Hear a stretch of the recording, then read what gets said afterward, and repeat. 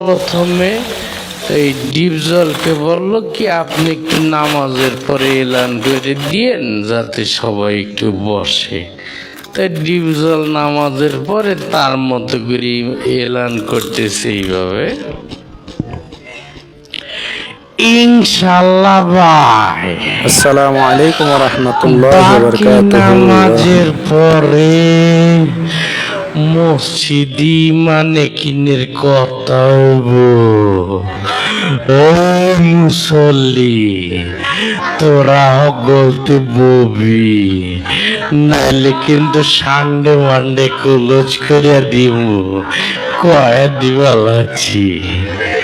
তো সবাই مصطفى مصطفى منبع للصفا سيد الأنبياء مشعلهم في الوفاء كان في عطفه لليتامى دفاع مصطفى.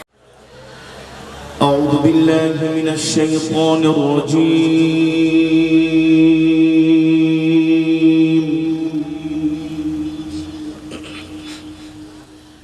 بسم الله الرحمن الرحيم.